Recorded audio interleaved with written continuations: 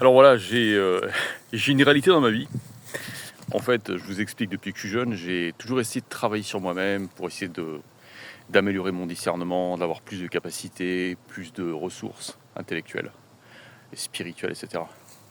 Et à mesure que j'ai commencé à grandir, je me suis rendu compte que je crée autour de moi beaucoup de gens toxiques. Des gens toxiques, en fait, qui vous disent « Oh écoute, on t'aime bien, en fait on t'aime beaucoup, mais s'il te plaît, ne nous dis pas les vérités qui dérangent. Ne parle pas trop, ne sois pas trop intelligent, ne réfléchis pas trop, ne te prends pas trop la tête, n'aie pas trop d'argent, ne sois pas trop ambitieux. » Puis ça a duré un certain temps en fait, parce que j'avais ça dans ma famille, et pas seulement dans ma famille, mais c'est des patrons que je retrouve très souvent en fait dans ma vie. Alors je me suis dit, est-ce que c'est moi qui me fais des idées ou pas? Alors je me suis dit, c'est peut-être moi après qui me fait des idées. Alors qu'est-ce que j'ai fait? J'ai fait quelque chose de tout bête. J'ai demandé à ChatGPT, j'ai dit voilà, que penses-tu des gens qui disent qu'ils m'aiment bien, mais qui ne veulent pas que je sois trop intelligent, ils ne veulent pas que je réussisse trop, ils ne veulent pas que je dise des vérités, mais ils m'aimeraient bien, mais si j'avais un profil un peu plus taiseux, un peu plus nul en fait. Et puis ChatGPT m'a dit, mais en fait c'est très simple, dès lors que ce sont des gens qui ne souhaitent pas ta réussite, ton bonheur, ton intérêt, ce sont des gens qui t'aiment pas, ce sont des gens toxiques. Et à ma grande surprise, je me suis rendu compte qu'énormément de gens étaient toxiques. Et quand vous réfléchissez à ça, vous vous rendez compte que même dans vos familles, même votre propre frère, votre propre mère, votre propre père peut être quelqu'un de toxique qui est contre votre développement personnel. Et ça, c'est terrible, c'est pas de la parano, hein. C'est pas pour vous dire des choses négatives, ni avoir une vision catastrophiste du monde. Et puis, par extension, j'ai réfléchi. Mais je me suis dit, le système dans lequel on vit, en fait, le système dans lequel on vit, c'est un système toxique. C'est pas un système qui va dans le sens de votre bonheur, dans le sens de votre développement. Au contraire, c'est un système qui réagit pareil. C'est un système qui veut pas que vous réfléchissiez trop. C'est un système qui veut pas que vous ayez trop d'argent. C'est un système qui veut pas que vous compreniez trop de choses. Donc tout est fait pour vous freiner, pour vous intoxiquer. Alors, je veux dire, réfléchissez vous-même. Regardez les médicaments, la médecine. Regardez la nourriture, tout ce qu'il y a dans la nourriture, dans les médicaments. Regardez la politique. Tout est toxique finalement dans ce système. Tout est toxique. Tout ce qui a été créé par l'homme, tout ce qui émane de l'homme, c'est toxique. Ça ne va pas dans votre intérêt. Ça va dans l'intérêt de certaines personnes, de l'ego de certaines personnes, mais pas dans l'intérêt général. C'est pas pour votre bien tout ça est fait en fait. Et par extension, alors là, je vais vous dire quelque chose. C'est que toutes les religions sont toxiques. Je ne parle pas de Dieu. Dieu est admirable. Dieu est aimable. Dieu est parfait. Mais ce qu'en ont fait les hommes à travers les religions est quelque chose de toxique.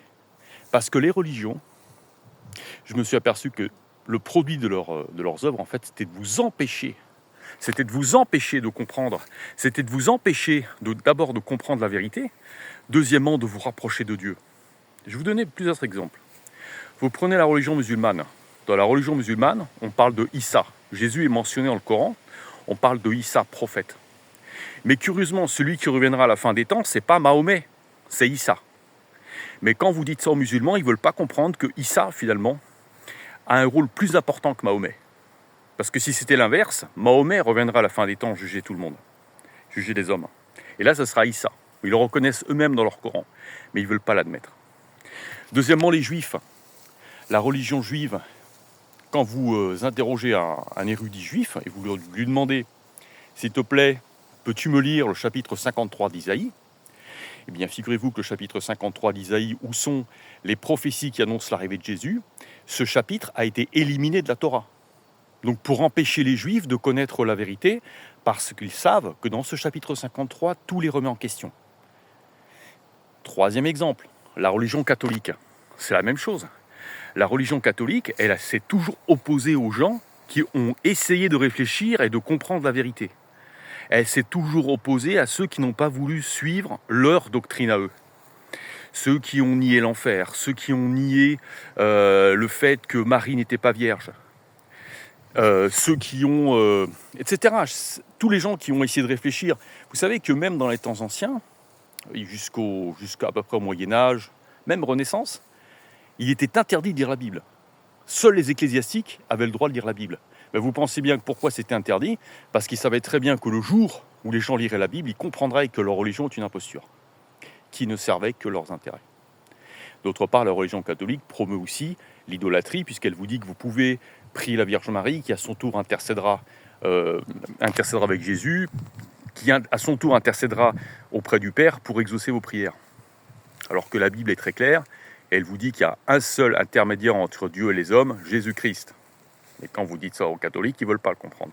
Ils vous dites, oui, mais tu comprends une mère quand même. Je dis, oui, mais Marie, c'est pas... Il ne faut pas confondre Marie et Jésus. Enfin, et je donne un quatrième exemple. Les témoins de Jéhovah, et pas seulement, les mormons, etc., ils ont leur doctrine à eux.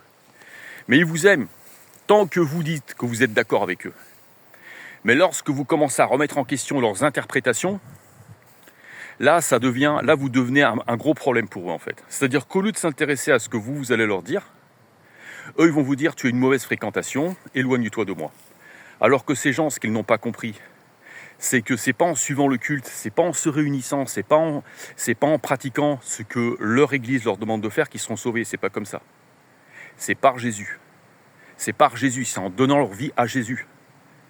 Mais c'est une chose très simple qui s'est écrit dans la Bible. Mais vous avez des gens qui se croient plus malins, qui vous intoxiquent, qui ne veulent surtout pas que vous arriviez à la vraie vérité, qui vont vous imposer leur vérité et qui vont tout faire pour vous faire taire. Voilà, c'est ça. Et quand vous interrogez même un psy sur ce genre de patron d'attitude, c'est un patron d'attitude toxique. Toxique. Alors je sais, ça ne plaît pas. Il y a des gens qui ne plaît pas d'entendre ça. Mais il ne faut pas se voler la face à un certain moment. Quand on cherche la vérité, on écoute ce que les autres ont à dire. Et au moins, on l'étudie, on se dit, bah oui, c'est peut-être vrai ce que tu dis, et finalement, on va faire des recherches, finalement, on va poser le problème. Mais non, ils ne posent jamais le problème. C'est leur point de vue à eux qui prime. Voilà. Donc la toxicité partout. Donc vous devez ne pas vous laisser abattre. Vous devez continuer à développer votre discernement, votre intelligence, être persévérant, faire du bien autour de vous, pour le bien des autres, et non pas pour votre intérêt à vous, pour vous glorifier auprès des hommes. Ça vous permettra de vous distinguer de ce monde toxique, de la bonne manière, et pas d'une manière pitoyable, où les gens finalement agissent en se montrant claironnant sur les marchés. Voilà, moi je fais ci, moi je fais ça, regardez-moi, je suis meilleur que les autres, je suis juste, je suis dans la vérité, regardez-moi. Non, vous dites rien, mais vous faites. Vous agissez pour le bien des autres, parce que vous avez de la compassion pour eux, parce qu'on est tous humains, parce que vous savez que s'ils ne réussissent pas, de près ou de loin, vous en serez tenu, ça vous affectera.